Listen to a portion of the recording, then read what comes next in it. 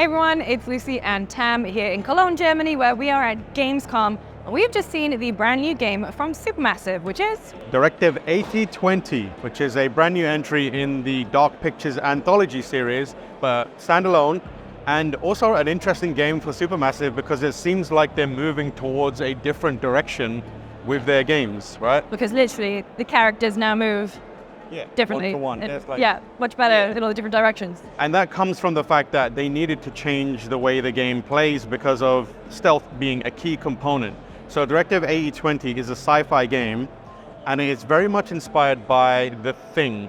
So they said that there were 3 movies they put on the slide. The first one was Alien, second was Event Horizon, and the third one was The Thing.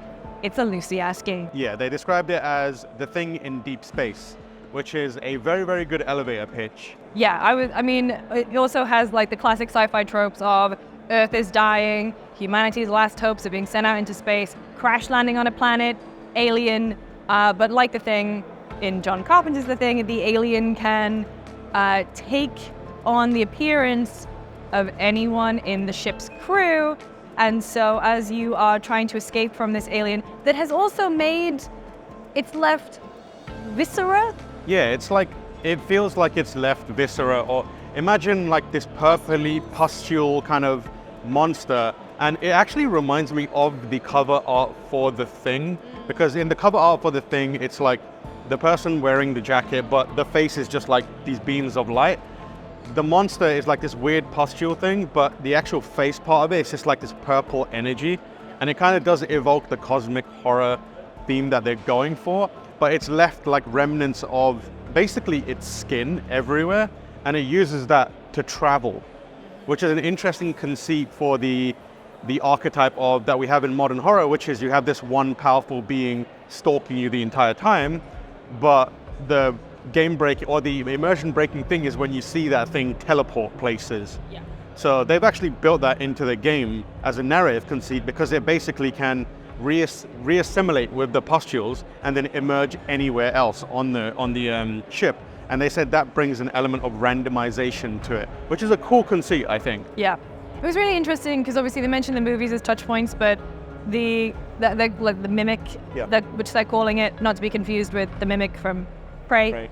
The arcane game, but it was like the mimic as it's in human forms and as it's like stalking you, it started to click, which was very interesting. So I feel like The Last of Us might be another kind of touch point for them, especially when it comes to that stealth combat. There was also the character that we saw, Young, the character's name is Young. She had a bunch of, so she had like a scanner that she could use, but also like some kind of little machine that could activate doors and stuff, like a remote control. And so you can use that to distract. So it's more like actual moment-to-moment gameplay rather than, obviously there are still some QTEs. Like there was one point where we saw that she got caught and there was a QTE to get the monster away. But also as you're walking around, you can kind of create and adapt your own opportunities to try and get away from. Yeah, it's very, very stealth oriented with the distraction stuff, and that item can be used for very basic defensive maneuvers where it's like you just... The wedge. Yeah, the wedge is cool. There's like a thing where, an item where you can just like hit the other enemy and like get it off you just for you to escape. It's a surprising and different take on something very familiar. There's also multiple characters and you can switch between them at various points. And there is a multiplayer. Yeah, they can all die. There is a multiplayer component, which means, different people can play different characters.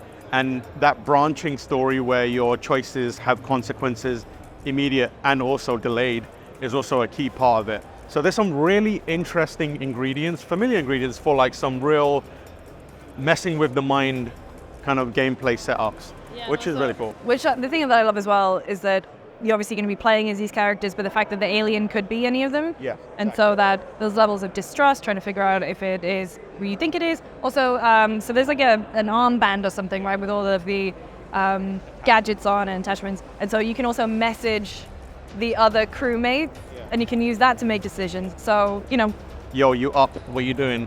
Alien loose. Alien loose. What's going on? So we saw a very, very brief snippet of it here at Gamescom. It's coming out in 2025. Very excited to see more. It is very much the kind of horror and the kind of sci-fi that I love and Tam loves. So make sure you stay tuned to GameSpot for more as we get it.